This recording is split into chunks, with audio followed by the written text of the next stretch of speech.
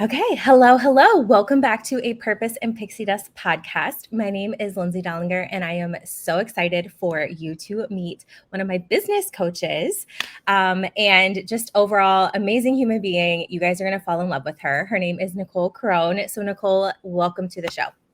Thanks, Lindsay. That's so nice. I'm so excited to be here and to chat with you. And it's just the internet's an amazing place. And I'm so grateful that we got connected and that we're able to have this conversation today. Yeah, me too. Okay, so let's dive in because I am obsessed with your story, and I feel like every time I hear it, another piece comes out, and I'm like, wait, what? What did you do? So feel free to take as much time as you want, but tell us a little bit about you, who you are, and how did you become a coach in all things that you do? Oh gosh. Yeah, I guess that is like a where do I begin kind of I story. know. Well, you know, oftentimes I start this with going back to being in high school. And when I was in high school, school was easy for me. I can memorize things really well. So, all I had to do was memorize what was being asked of me and make pretty decent grades. And I like to make my teachers happy and my parents happy. And so it was pretty flowy. And then I get to grade 12 and everyone starts saying that I should go off to university. I should be a teacher. I should be a nurse. I should be a lawyer. You'll be great at it. It'll be easy for you. And that was, I think, the first time that I started to recognize this like full body no, like my intuition saying, no, this is not what you want to do. I watched The Beach when I was in grade 8 with Leonardo DiCaprio, and they went to Thailand, and that was seeming a lot more appealing to me than going to university and being in school for another 4 years minimum. But lo and behold, I ignored my intuition and I followed my friends. They were all going to university and went where my teachers and stuff said would be a good place to go. And I got to university and I was really bored. I didn't like it. My first year, I got a letter saying that I was going to be suspended if I didn't pick my grades up. It was like a totally different experience than high school for me, where it was just easy. The university wasn't easy anymore. And I think a big part of it was none of my close friends were off traveling, but I knew of people doing that like elusive gap year and going to see the world. And at the time, I don't even think maybe laptops were just starting to come out, but everybody definitely had a desktop at the time in university, but laptops weren't really super common. So like nomadic laptop lifestyle wasn't quite a thing yet. But I was on the periphery starting to notice that like, oh, you could go work in other places, other countries. Maybe I could get that certificate and go teach English overseas or something. And so those curiosities were always there. I finished my undergrad. I had a Bachelor of Arts here in Canada. You can't really do a whole lot with a Bachelor of Arts, and then you just have a lot more debt.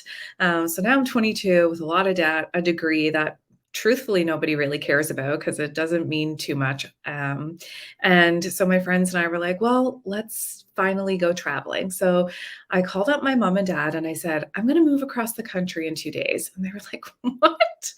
And I said, yeah, me and Jade and Heighton, we're going to go move to Banff. And when I moved, we ended up in Canmore, which is right beside Banff, this beautiful little mountain town in the Rockies here in Canada. And I felt so free. We got there and it's really transient and nomadic. So I was meeting people from all over the world who had all these cool stories about all the places they've been in and the hostels that they stayed and the experiences they had. And my mind was blown because I come from this really small little town in Nova Scotia, like 2,000, 3,000 people. It's just small. It's not diverse.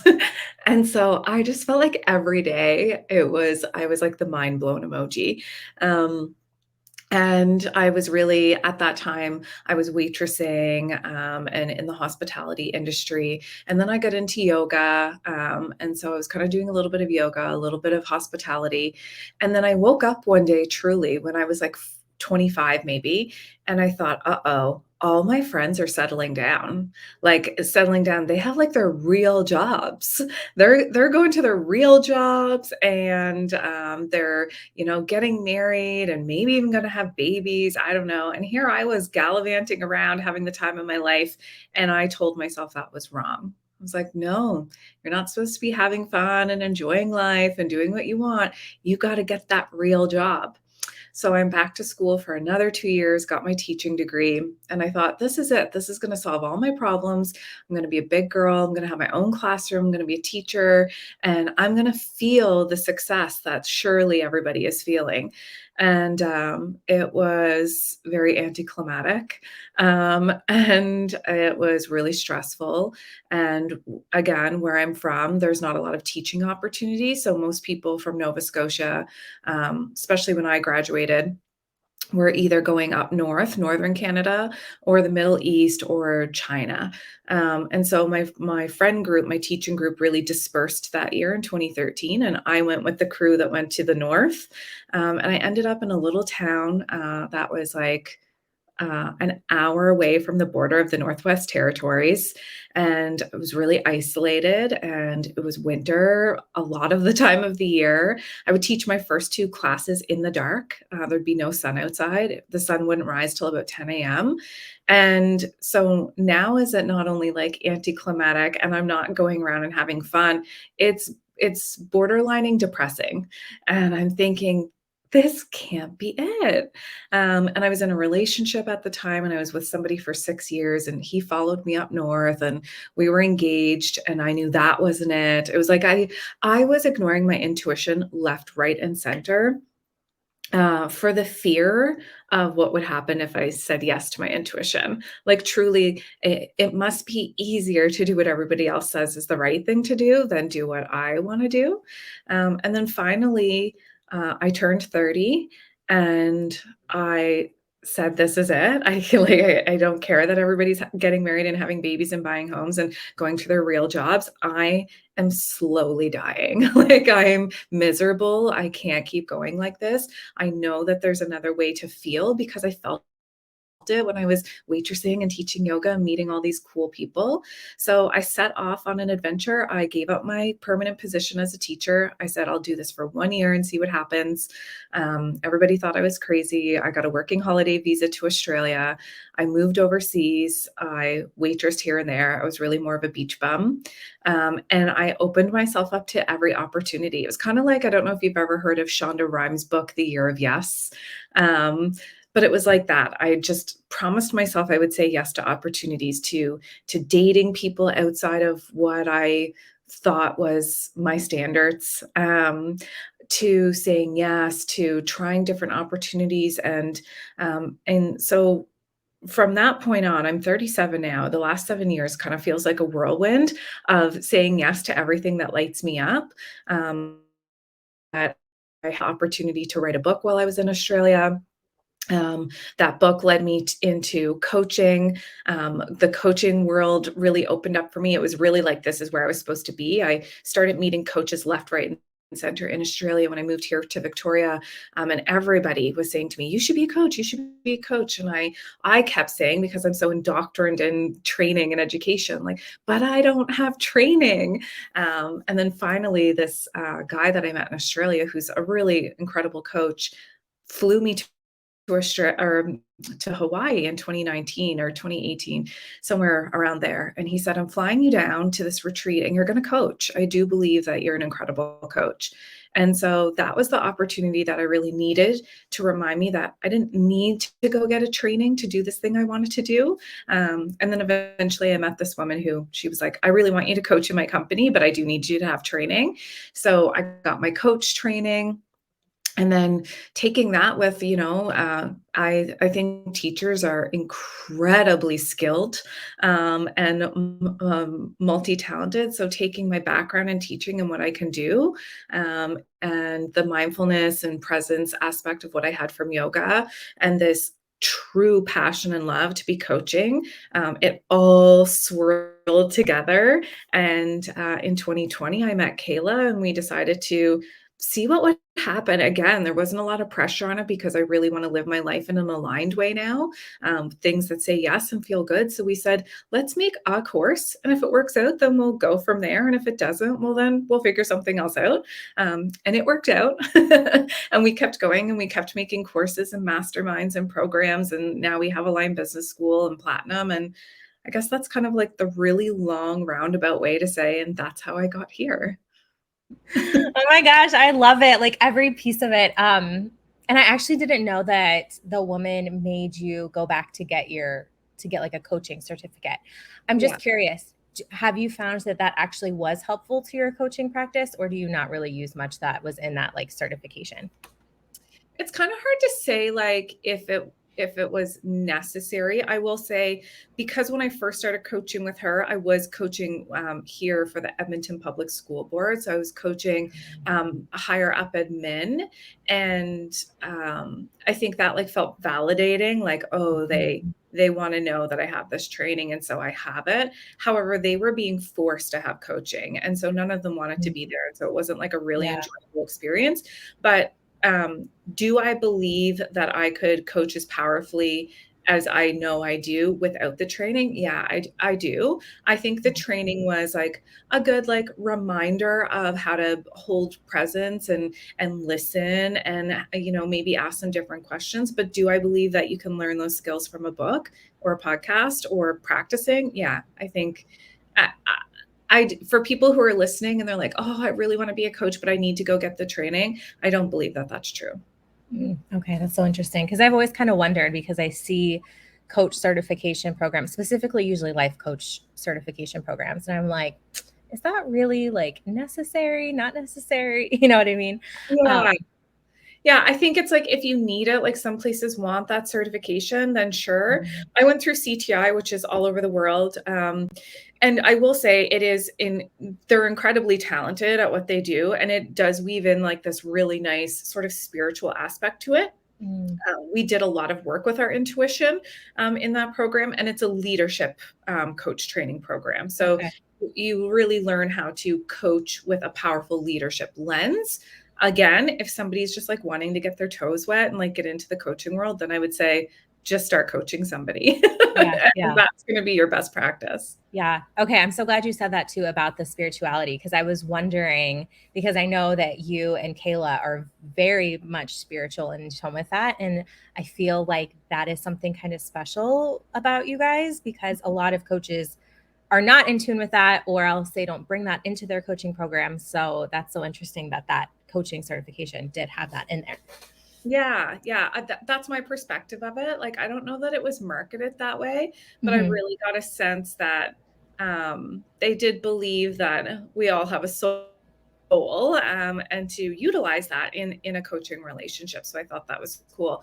I do think for anybody that is listening and is also thinking about ever doing a yoga teacher training, that was hands down the best training, certification, education I ever got in my whole entire life. I'd recommend it to everybody. Go get a 200-hour yoga teacher training. Even if you never want to teach yoga, it will flip the whole script of your life. Oh wow, that's some strong words right there. Yeah. Because I know it's pretty intense, like the hour, at least the time aspect of it. Because Yeah. 200 is the minimum, right? Isn't there more? Yeah. 200 is the minimum, Yeah. and you will see the world through two different eyes afterwards. That's for sure. Okay. All right. Very interesting. So Yeah. let's talk a little bit specifically about how, and you can even go back to like when you started incorporating, but the more woo or spiritual side of things or manifesting, like how did you start incorporating that into your life and then realize, okay, I can do the same thing with my business and or your husband, you haven't shared that yet, but like the different places in your life that you have started incorporating that because I know for a lot of my listeners this is something very new to them, and Mm. I want them to feel that sense of like, okay, I can start inviting this into my life and start practicing this in my life. So tell us a little bit more about that. Yeah, yeah, for sure. So, you know, my dad is Catholic, and I was raised to be very Catholic, go to church every Sunday, get my first communion. and then get confirmed when I was like 13 or 14. And then my dad gave us the decision. My mom didn't go to church. So this was a whole thing where like every Sunday it'd be like, but mom doesn't have to go to church. And we had to. And I didn't enjoy it because I didn't always like what I was hearing. However, I do think that allowed me to believe there is something bigger than me, whether I want to call that God, or not, or believe it's a man or whatever. It did. It opened up my like curiosity for sure. And then when I was like 13 or 14, I got to make the decision if I want to keep going to church, and it didn't feel like a fit for me anymore. But I certainly didn't feel like, you know, atheist or like that I don't believe in anything, but I didn't know what to believe in. And so I joke around and say that I started to practice with like telepathy. Like, could I get somebody to say what I was thinking? And the first sort of like thing that I joke about with this is, my parents would be working after school, and I wouldn't want to make anything that was in the house for supper. And so I'd be like, okay, Mom, please come home with pizza. Please come home with pizza. And then my mom would come home and say, oh, I don't really feel like cooking. Do you want to go get a slice of pizza? And then I think, it worked. I thought about this and it's happening. But that's just being silly and joking. But what actually happened was when I was 22 and I graduated my undergrad and I moved to Canmore, and if anybody's listening, go look up Canmore on Google Images if you've never been. Oh my gosh, it's so gorgeous. But I moved to Canmore and I met all these like really spiritual, what I would have termed like hippy dippy kind of people. And I was like, wow, like again, never met people like you before. And they were talking about all the things, just all the woo spiritual things I'd never heard of. So a great place that I started was, because my like close friend group also wasn't talking about any of this stuff, I didn't want to be the ringleader of like, hey, like who wants to get into this? So I just started reading. Reading's always kind of been my thing. And so I picked up some books, and one of them was DMT, the spirit molecule, which is like our bodies, our brains produce DMT. But when people take plant medicine, different like hallucinogenic plant medicine, that's what they're activating in their own brain is their DMT. And I've later found out in life that we can do that ourselves through breath work. So I picked up that book, and it was really deep, but really fascinating. And then Eckhart Tolle's books, started to get into that, like A New Earth, The Power of Now. And I started to realize like, oh, what I think about and what I feel has quite an impact on the actions that I take, and then therefore the reality that I'm experiencing. So maybe I wasn't calling it manifesting them, but I was really starting to become aware. And I think awareness is a superpower. So I was really starting to become aware of, oh, I could let what this person is saying to me get to me, or I could have the power within myself to say, does this thing that they're saying make me feel good or not feel good? And can I think something different to feel better? And when I feel better, I'm going to take a different action. And when I take different actions, I'm going to have a different reality. And I do believe that is quote unquote manifesting in the simplest form. Think, feel, respond, reflect. And so it started with books. And then when I got into yoga, I really started to understand in the Vedic system, which yoga comes from, there is the chakra system. So there's like the 7 energetic centers that are believed to be within the body, and then a whole bunch that are outside of the body. And so, we have like our root chakra and our sacral chakra and our heart and our throat, our third eye, all this sort of stuff. And I really loved that. I was like, this is so cool. And it resonates. And then it's so funny because I have this book right here, and it's called Sacred Contracts by Carolyn. I say Miss. I don't know if that's how she pronounces her last name. But in 2012, I read another book by her. And the other book by her that I'm about to say, I would recommend everybody pick it up. And it is called Anatomy of the Spirit. And it is all about the anatomy of our spirit, not the anatomy of our physical body, but the anatomy of our spiritual body. And it all correlates with the chakra system. However, it started to introduce me to, if you don't want to believe in the like woo spiritual side, that's totally okay. I get that if it's too far out there, but there's science to all of this. So then it starts to introduce, well, we have our endocrine system, and our endocrine system says we have a pituitary gland, and we have a pineal gland, and we have a thyroid gland. And coincidentally, every single one of those glands are in the exact same spot that the energetic spiritual body would call the chakra system. So I really started to be like, oh, sciencey people over here are calling it this, and spiritual people over here are calling it this, and we're just putting a label on it. And at the end of the day, it's same. An apple is an apple. So I really started to be like, okay, if I want to start to talk about this with people, I want to be able to defend it from all angles. Okay, you're really spiritual. I get it. I'm going to talk your language. And you're really not spiritual and you're really scientific. I get it. I'm going to talk your language.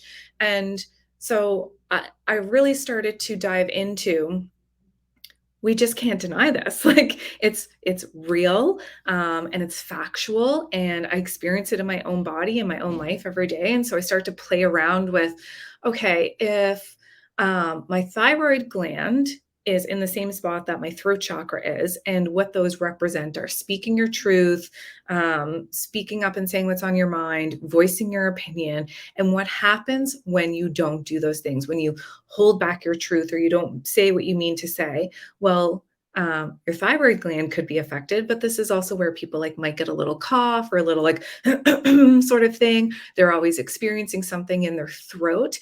And then if that is the case, then they can look at like, yeah, you could, I don't know, go drink some hot lemon water. And you can also look at the root energetically of, is there something you really want to say that you've not been saying?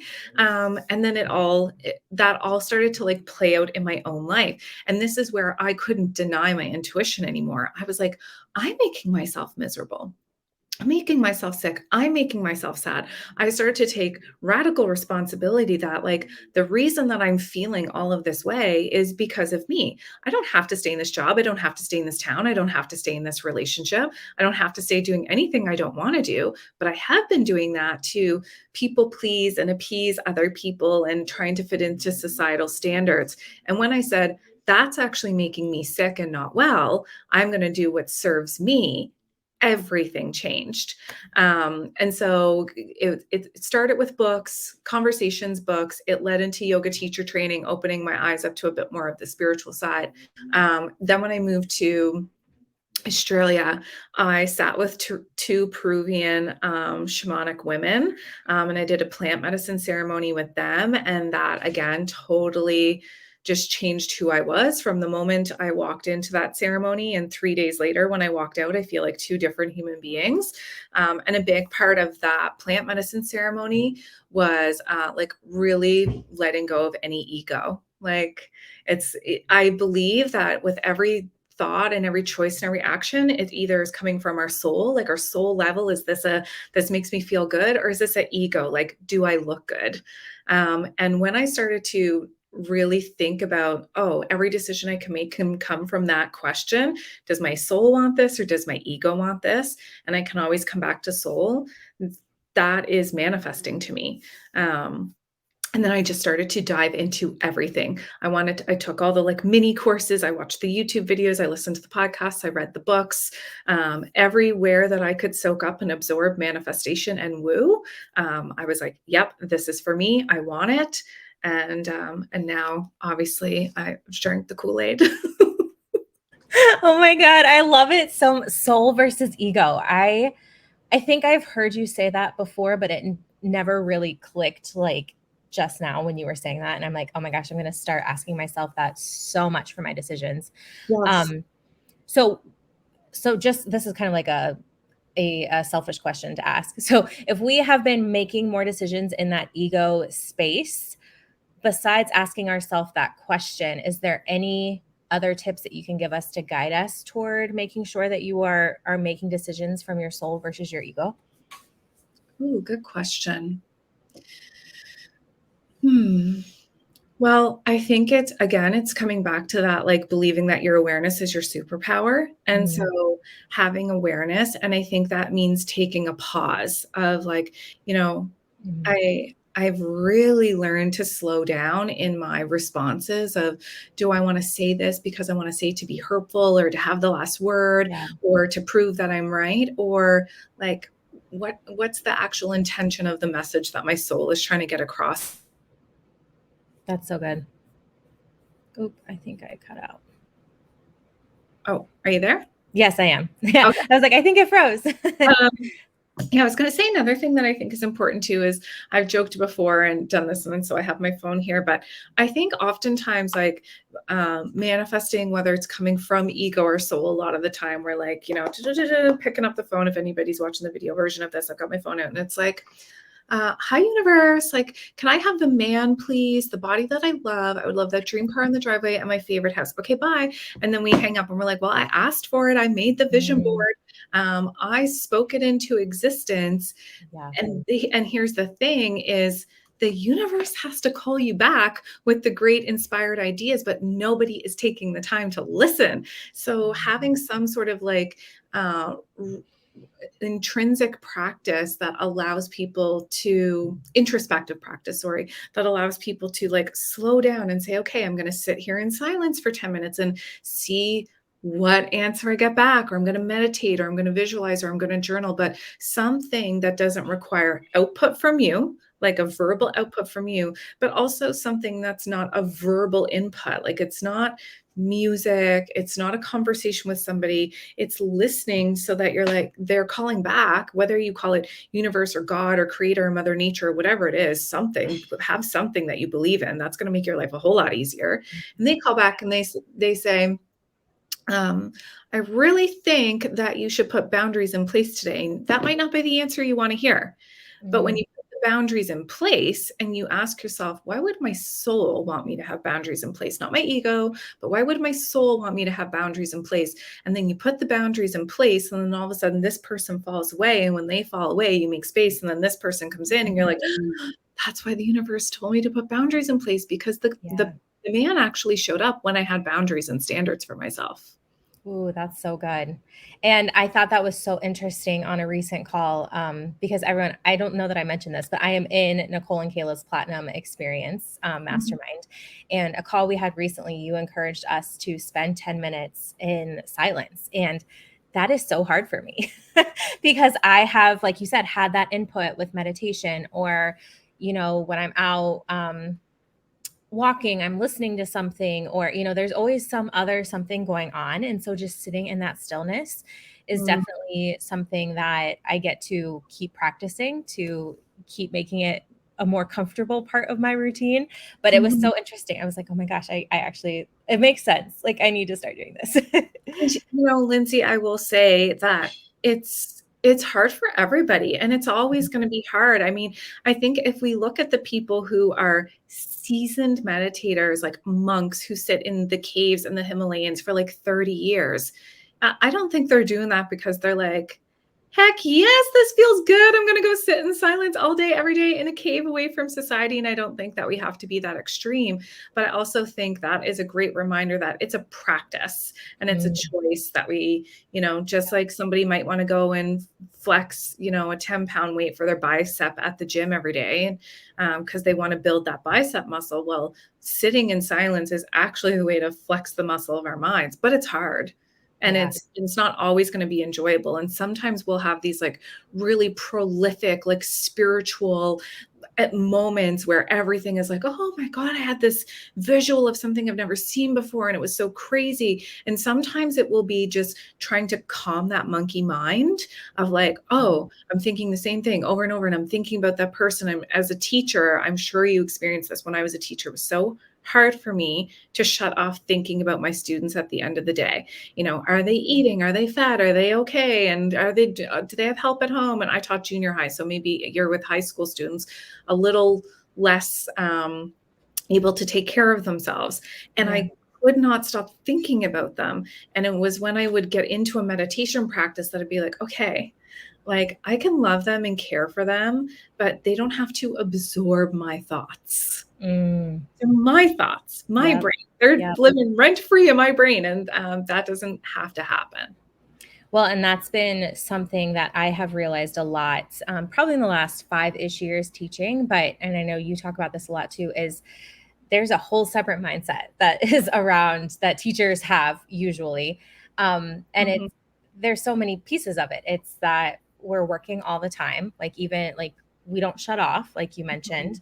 Then there's the whole thing with the money mindset, like that, we don't have, because we don't get paid like we should get paid. No. And so because of that, there's like a whole stream of things that come up. So I'm just curious, working, because I know you work with a lot of teachers and have worked with a lot of teachers, mindset wise, can you explain what it looks like for you when you work with a teacher, how you're like, oh, that's coming from a teacher perspective, and Mm. maybe some things that as teachers we can be more aware of so that we can start doing those things like you say, like shutting off at night, or shutting off at the end of the day. Oh yeah, this is such a good question. It's so funny too because I sort of like had this like double life as a teacher the whole time, because the whole time I was a teacher, I was also a yoga teacher. So there's like this really like spiritual sort of like grounded side to yoga. And then with my classroom teaching, it was like erratic and on and busy, Yep. the opposite of grounding. And so I felt like that duality all the time. But also I was a waitress for many years while I was a teacher. And, the running joke in restaurants is that when you get a group of teachers, they're going to be the worst tippers. And I'm like, no, I'm falling into both of these categories where, like, there's a waitress that I want the tip, but I know what it's like to be a teacher and not have Mhm. abundance of money. And, Yep. I think you were maybe just on a call where somebody in Platinum was saying that they heard this podcast where the person was saying, when you go out to a restaurant and leave a 20% tip, abundance for all.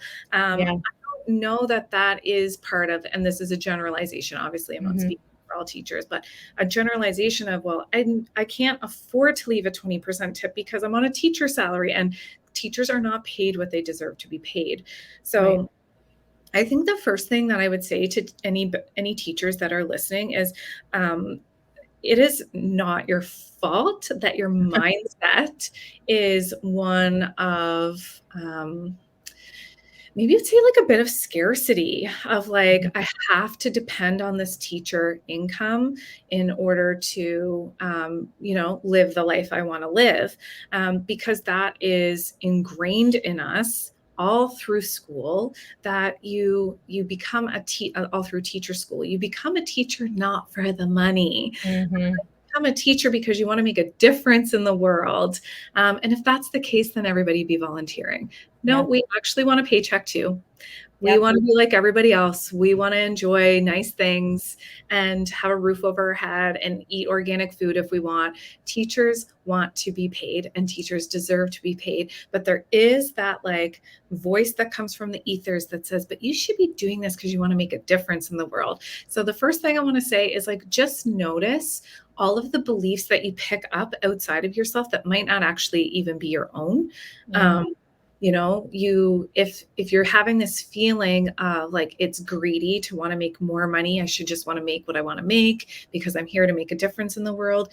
It's not greedy. That's just, again, a societal limiting belief that has been impacted on teachers. And I would say for teachers to begin to work with their mindset is from a teacher to a teacher, to all the teachers listening. You teachers have the most like broad toolkit of skills of anybody else that can be transferred. And take it from me, who's on the other side, you can make a lot of money and a lot of impact truly with those skills in another way. It's just Mhm. really about like, I think a lot of teachers think, well, I went to school for this long, and so this is the job I have to do. And I want you to think about, and what else could I do? Like, put on another lens, another perspective of like, okay, so I know how to make courses. I know how to manage a room full of people. I know how to talk. I know how to communicate. I know how to stay up late. I know, like, we could list all Yep. the things that teachers are great at. And then I want to say to everybody, and you mean to tell me you don't think there's another way that you could use those? There absolutely Mhm. is. And we're moving into, I mean, I wasn't a teacher during the pandemic, so I can't speak to what that experience was like. But on the outside, my perspective is teachers learned how to adapt really quick to working from their computer, Yeah. working from home. And so if you could virtually teach a classroom of either kids, preteens, or teens, you can also teach a class to paying adults. You Mm. can pick up a course about whatever the heck you want to talk about. Truly, if you're like, I'm into vision boards, or I'm into photography, or I'm into baking cupcakes, or whatever it is, and you're a teacher, you could probably make a pretty profitable course off of that. And Yes. that is my belief. And I think teachers are above and beyond capable than a lot of other people who show up into the online space, who are maybe either like really new and out of high school, or they're coming out of like true corporate where they only know like regimented, like C-suite experience positions. They wouldn't really know how to create a curriculum or a course. And I keep coming back to that because it's like, that's the easiest, quickest way to make passive income is create an online course. You already know how to do it and Yeah. start making money in your sleep.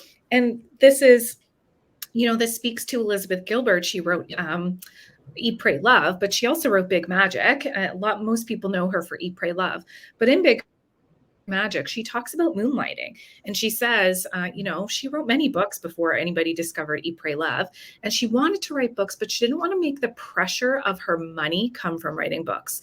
So because she didn't want to resent writing, she didn't want to say, well, like, I'm not making any money writing books, so I hate writing. So she said, I'm going to keep writing as my passion. And in the meantime, I'll wait tables. So she was in New York City or Brooklyn or somewhere waiting tables. And at night, she'd write books and do the things she wanted to do. And then eventually, when somebody said, wow, Eat, Pray, Love is like the book of the century, she was able then to say, well, I guess I don't have to wait tables anymore, right? Yeah. So moonlighting is like having sort of two jobs. And one of them is the job that you're doing to make sure that your bills get paid and we feel secure. Again, it comes back to that, like, how does the body feel? Is it like rested and digested and not fight, flight, freeze? And when you're in that rested, digested, parasympathetic state, then you can come home after your day of teaching and say, I actually do really want to put some love and attention into my course about cupcakes. And over time, your course about making cupcakes could, and most likely would, explode, and to the point where you could replace your teaching income. It's all available. It's just teachers putting themselves in rooms and situations where people are talking about this. Because what we know as teachers is you go in the staff room and teachers are talking about the students, or some sort of extracurricular activity or exams or whatever. They're not talking about, oh, my passive course made this much money last night and I'm going to go on this extra vacation. So our I reticular, am. yeah, I'm the one. I love you. Yes, more Lindsays, please. So that's the thing. That's not common, right? And so then our brain's not hearing it. And what do we always hear? You are the sum of the 5 people you spend the most time with. So if everybody you're surrounding yourself with is talking about classroom drama and what little Billy did that you want to send him to the principal's office for, well then yeah, you're not super inspired to make your course about cupcakes. So what we're saying is everybody needs to go work at Lindsay's school, hang out with her in the staff room, and then everybody start to make their courses and make a lot of money and have a lot of fun and do a lot of good in this world. It's really funny, the conversation shifts that have happened since I started talking about like my business, or, I mean, a lot of people at school and aside make fun of me all the time about like, oh, you're traveling again. Like, how can you do that? Blah, blah, blah. And I'm like, dude, I'm not like rolling in the dough yet, but like I got my side hustle and I'm like working. But then as I've been occasionally dripping and stuff about my business, then someone's like, well, my husband does this online and he has this Etsy store. And like, then we start like talking about, SEO and improving the storefront and different social media. And I'm like, I love it. I love it. They're coming out of the closet. They're coming out of the entrepreneurial closet. They're like, okay, I can talk to her about this. She gets the SEO. Some people are listening right now and they're like picking up their phone, Googling, what's SEO? Yeah, they are 100% totally. But I think it also comes down to, like you had mentioned, boundaries too, because there was, and there still is a time where I don't go down to the teacher's lounge during lunch and I either stay in my room and get some work done, or I, do a client thing, or I'm out taking a walk and listening to some personal development for the day, because I've made sure to, like, yes, I still do those things sometimes with my coworkers to stay in touch, but I also know, like, I'm spending my time super wisely right now. I'm surrounding myself with what I want to be surrounded by. And those boundaries of, like you mentioned, saying no because there's so much with teachers where we're told by admin or other teachers, well, if you don't do this, then it's not going to get done. So the kids aren't going to have a advisor for this club if you don't volunteer your time.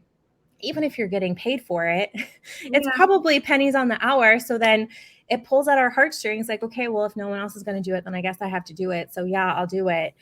And you don't really want to say yes to doing it. And so that's another thing to remind people. Those boundaries are huge, and that's going to allow you that time and that space, like you mentioned, to be able to explore those things a lot better. Absolutely. And again, it's coming down to like, yes, we're loving humans. And I trust everybody listening to this podcast has a really big heart. And so, yes, it would pull at your heartstrings to hear that if you don't do it, nobody else is going to do it. And why does all the responsibility have to fall on you? It doesn't.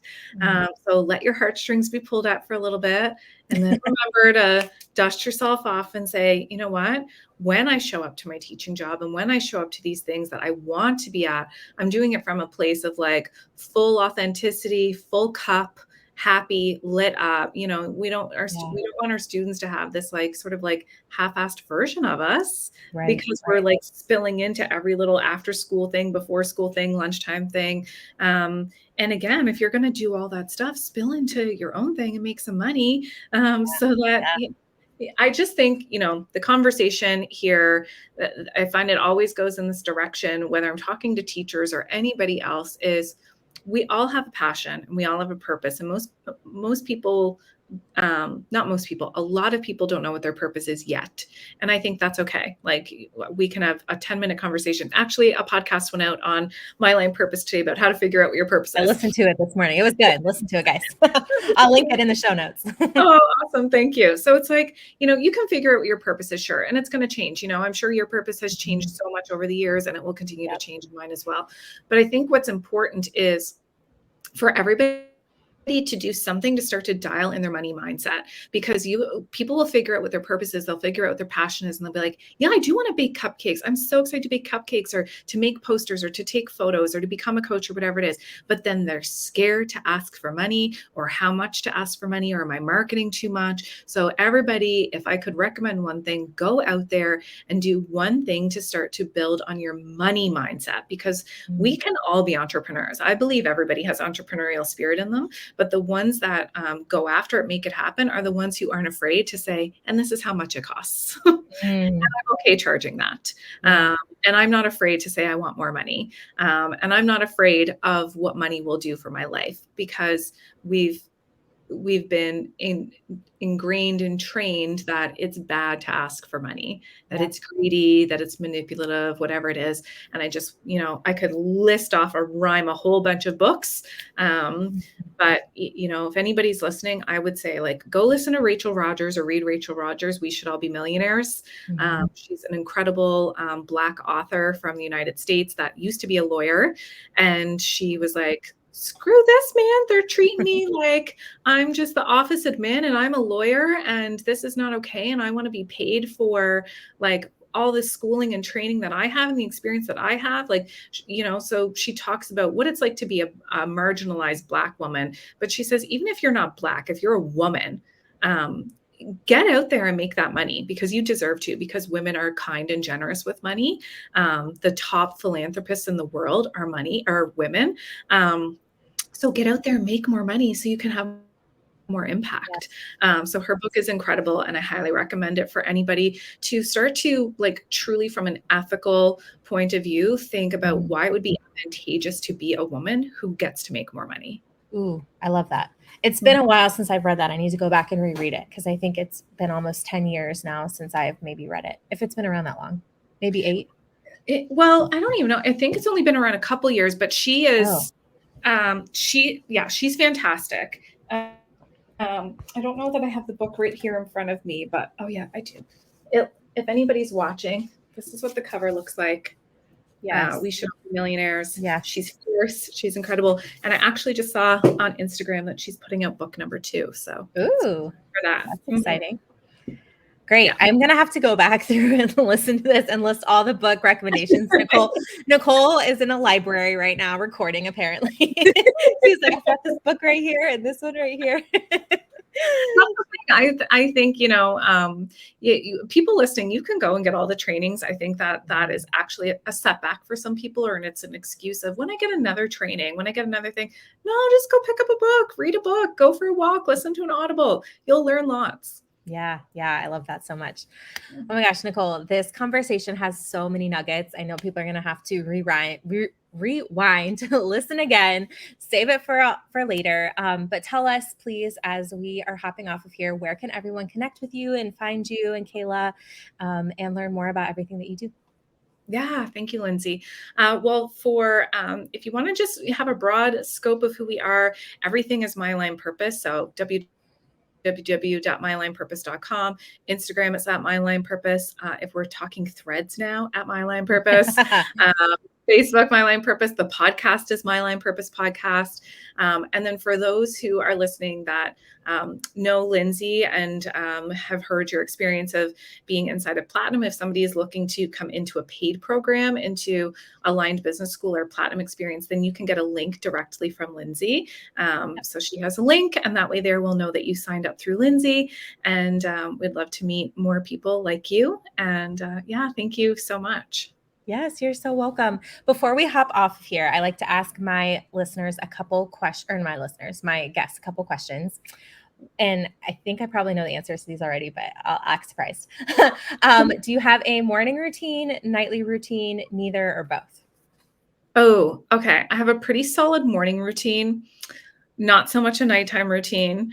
I often wish I had a better nighttime routine. And I know that would make my morning routine better, but I'm kind of like really black and white when it comes to my morning routine. If I can like do the things I want to do, I feel so successful. I'm like, yeah, I'm crushing the day. And if I can't do like one of the things, then I feel like, what's the point of doing the rest? So I'm working on that. We're not perfect over here, but working on that, and no to a nighttime routine. I'm actually really trying to start putting my phone not in my bedroom and having an old school alarm, but that's the start to that journey. Okay. I love it. Favorite personal development book, or the last one that you read that you really loved, if you don't have a favorite? Oh my gosh. Well, as you know, I am like a library. I have so many, but one of my favorite personal development books that I have read recently is The War of Art. And I forget who wrote that. I might have it over there. I think of it. It's a man, and it's a really tiny book, The War of Art. So that was really incredible. It's all about resistance, how we call everything a bunch of different names. You might call it procrastination, you might call it imposter syndrome, you might call it fear. But when it's all boiled down, it's just resistance to doing the thing that you actually want to do. And his analogy is like whether you're going to approach something like a all-star athlete or, a B-level athlete, and the difference between the mentality of those two types of people who take their craft and their passion seriously, and those who resist going after what they want to do. So yeah, that's one that I read recently that is really incredible. And then I also just finished personal development wise, because it's a lot about the emotional side of the body and the parts of the brain that light up the body, but the body keeps the score. I recently read that, but I will just say it doesn't have a trigger warning on the front, and it should come with a massive warning label on the front of like, the stories are very hard to read. However, it teaches you so much, especially for the teachers out there. I wish I had read this before I was a teacher. I would have been like, oh my gosh, that's why this kid is behaving this way. Or could have had a bit more perspective and compassion. That's an incredible book as well. Oh, great. Okay. Well, I will link all of these in the show notes. And last question's a fun question. Favorite place you have traveled, and or a place on your bucket list that you're like, I'm dying to get there. This is going to happen soon. Oh my gosh, yes. Okay. Also love traveling, and I've been all over. And hands down, the place that I would go back to immediately would be Koh Lanta, specifically that part of Thailand. So I spent 3 weeks in Thailand in 2017, went all around. But Koh Lanta, it's like Koh and then Lanta. It's this beautiful little like seaside surfer laid back town in Thailand with all these like little side street markets and food and beaches, and it is just absolutely incredible. And if you love Thai food, it's like the best Thai food for like $3 on the side of the road. And yeah, it's so good. And then bucket list of places that I want to go to next. I'm feeling really drawn to Costa Rica. I haven't been down there. Yeah. Places with beaches really pull me in, but Costa Rica's looking like somewhere that I'd like to go to next. Oh, very fun. Okay, well, I'm going to Thailand next summer for the first time, so I will have to try to add that to my itinerary in some sort of way and ask you all the tips. Yes. You're not the first person who said that the Thai street food is really good, and I'm like, street food always makes me nervous, so now maybe I'll try it since you're not the first one to.